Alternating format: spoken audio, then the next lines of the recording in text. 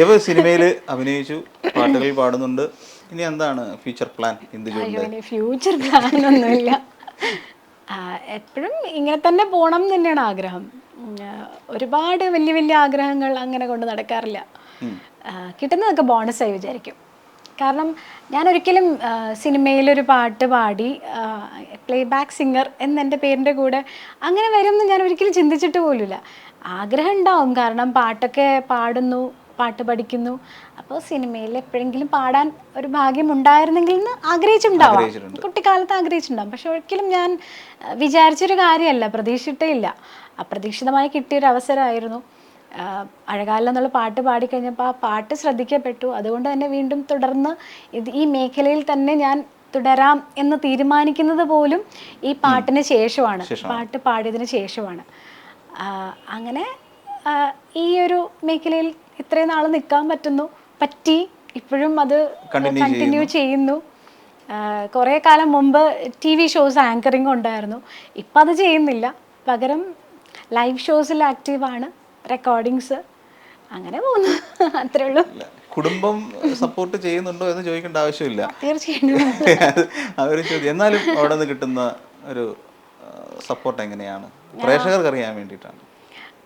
ഞാൻ കല്യാണത്തിന് ശേഷമാണ് ഫിലിമിലേക്ക് വരുന്നത്, പാടിത്തുടങ്ങുന്നത്. അപ്പോൾ തീർച്ചയായിട്ടും ഹസ്ബൻഡിൻ്റെ സപ്പോർട്ട് വളരെയധികം ഉണ്ട്, വളരെ സപ്പോർട്ടീവാണ്. എല്ലാ സ്ത്രീകൾക്കും, കല്യാണം കഴിഞ്ഞ സ്ത്രീകൾക്ക് ഹസ്ബൻഡിൻ്റെയും എല്ലാ വീട്ടുകാരുടെയും സപ്പോർട്ട് വളരെ ഇമ്പോർട്ടൻ്റ് ആണ്. ഇന്നത്തെ കാലത്ത് അത് നല്ലോണം എല്ലാവർക്കും പഴയ പോലെ അല്ല എന്ന് എനിക്ക് തോന്നിയിട്ടുള്ളത്. വളരെ നല്ല സപ്പോർട്ടാണ്. അതുപോലെ എല്ലാവരും കുറച്ചുകൂടെ ഫ്രീ ആയി. അതേപോലെ നമുക്ക് ഏതൊരു മേഖല പോലെയും സിനിമയും കണ്ടു തുടങ്ങി. പണ്ട് അങ്ങനെ ആയിരുന്നില്ല എന്ന് എനിക്ക് തോന്നിയിട്ടുള്ളത്. ചിലപ്പോൾ എനിക്ക് തോന്നുന്നു അതുകൊണ്ടായിരിക്കാം അന്ന് എന്നോട് അഭിനയിക്കാൻ അങ്ങനെ ഒരു ഓപ്പർച്യൂണിറ്റി വന്നപ്പോൾ ഞാൻ വേണ്ടാന്ന് തീരുമാനിച്ചത്. അതുകൊണ്ടാവാം. എൻ്റെ കുടുംബത്തിൽ നിന്ന് ആരുമില്ല ഒരു സിനിമയിലോ അല്ലെങ്കിൽ അഭിനയിക്കുന്ന ആരുമില്ല.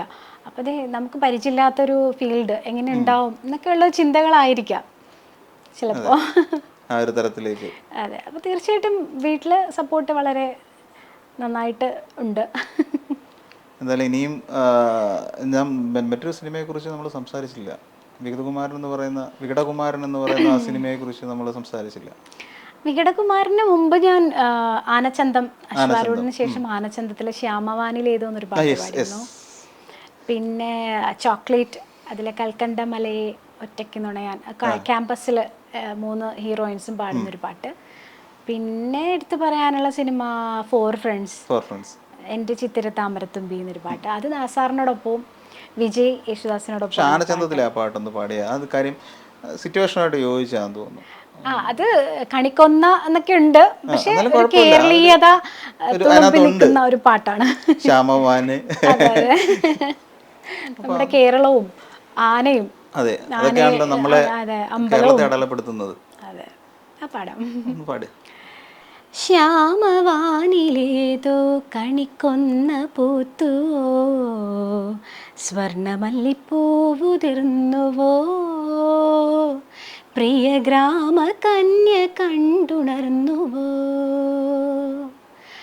കുങ്കുമപ്പൂത്താലം കതിരോന്റെ പൊന്നുകോലം, കുങ്കുമപ്പൂത്താലം കതിരോന്റെ പൊന്നുകോലം, കണ്ടു കൊതി പൂണ്ടോ ഗജരാജമേഘജാലം.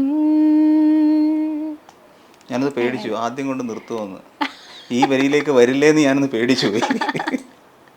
അതല്ല, ഭയങ്കര രസകരമായി തോന്നുന്ന ഒരു വരികളാണ്.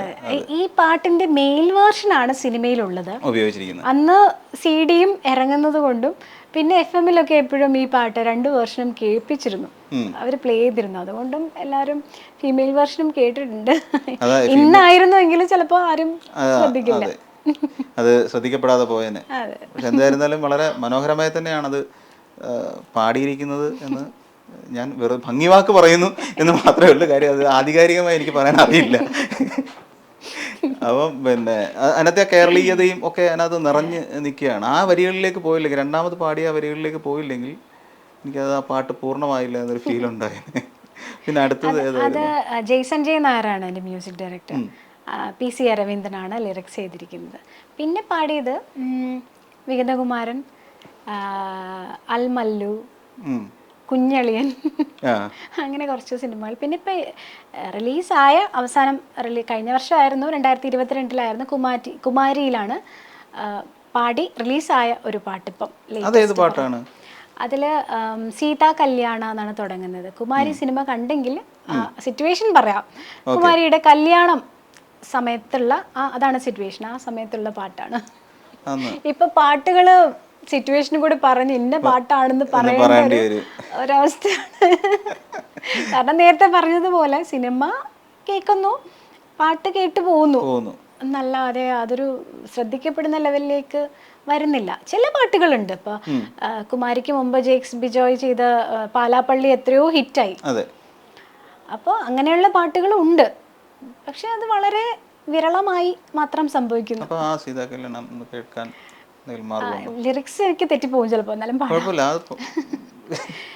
മിഴിയെഴുതിയതിതാരോ മുകിൽ വിരലതറിയാതെ പരിണയമായി മനമിതിൽ തൊടുകുറിയാലേ, അങ്ങനെയാ തുടങ്ങുന്നത്.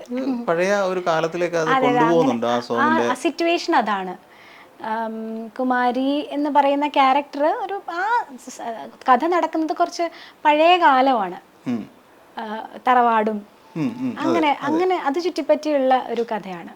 അതുകൊണ്ട് തന്നെയാണ് നമുക്ക് ആ ഒരു പഴമയിലേക്ക് ആ പാട്ട് നമ്മളെ കൂട്ടിക്കൊണ്ടു പോകുന്ന ഒരു ഫീല് ഉണ്ടാവുന്നുണ്ട് ആ പാട്ടാണത്. ഇനിയിപ്പം യാത്രകൾ എങ്ങോട്ടേക്കൊക്കെയാണ്?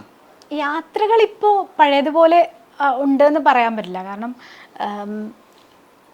പറഞ്ഞ പോലെ ഒത്തിരി പാട്ടുകാരുണ്ട്, ഒരുപാട് ഓപ്ഷൻസ് ഉണ്ട്.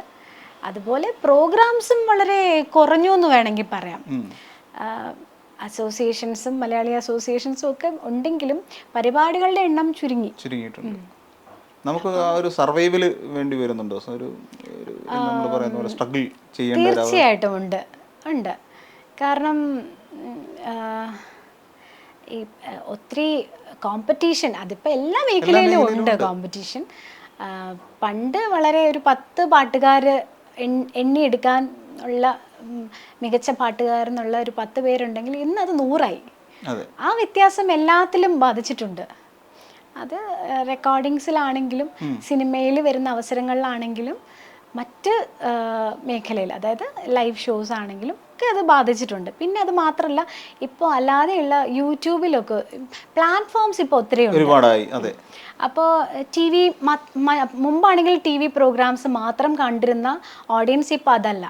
ഇൻസ്റ്റാഗ്രാമിൽ നന്നായിട്ട് ആക്റ്റീവായിട്ടുള്ള സിംഗേഴ്സ് ഒത്തിരി പേരുണ്ട്. അതെ, ഒരുപാട് നടന്മാർ അങ്ങനെ ടിക്ടോക്കൊക്കെ ചെയ്ത് എത്രയോ പേർക്ക് അവസരങ്ങൾ കിട്ടുന്നുണ്ട്. അതുപോലെ പാട്ടുകാരും ഉണ്ട്.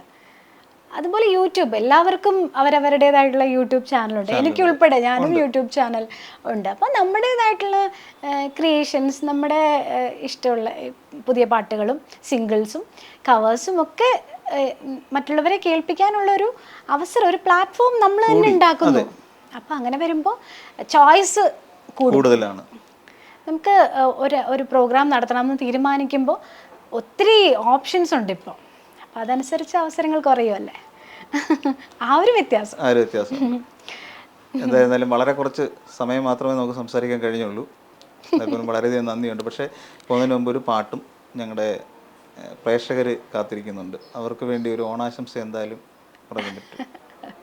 ഓണപ്പാട്ട് വേണോ? ഇനിയും ഒരെണ്ണം കൂടെ പാടാവല്ലോ. എന്തൊരു ഓണപ്പാട്ട് ആലോചിക്കുമ്പോൾ സ്ഥിരം പാടുന്ന കുറച്ച് പാട്ടുകളെ ഓർമ്മ വരുന്നുള്ളൂ. അതല്ലേ ഉള്ളൂ നമുക്ക്.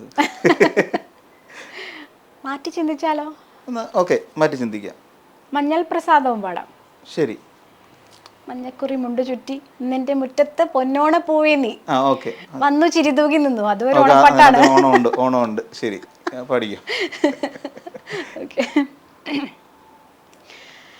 മഞ്ഞൾ പ്രസാദവും നെറ്റിയിൽ ചാർത്തി മഞ്ഞക്കുറി മുണ്ടു ചുറ്റി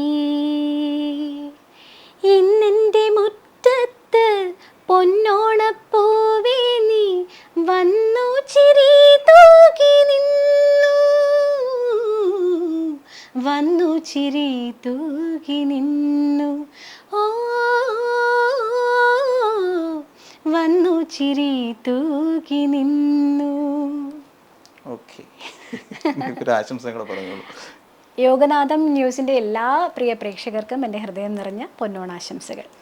അപ്പോൾ എന്തായിരുന്നാലും നമ്മളോടൊപ്പം വളരെ കുറച്ച് നേരം നമ്മോടൊപ്പം ഇരുന്ന് ഇത്രയും നേരം നമ്മുടെ പ്രേക്ഷകർക്ക് വേണ്ടി സംസാരിച്ച അതിലേക്ക് എല്ലാവിധ ആശംസകളും, മുന്നോട്ടുള്ള യാത്ര ശോഭനമാകട്ടെ എന്ന് പ്രാർത്ഥിക്കുന്നു, ആശംസിക്കുന്നു. Thank you.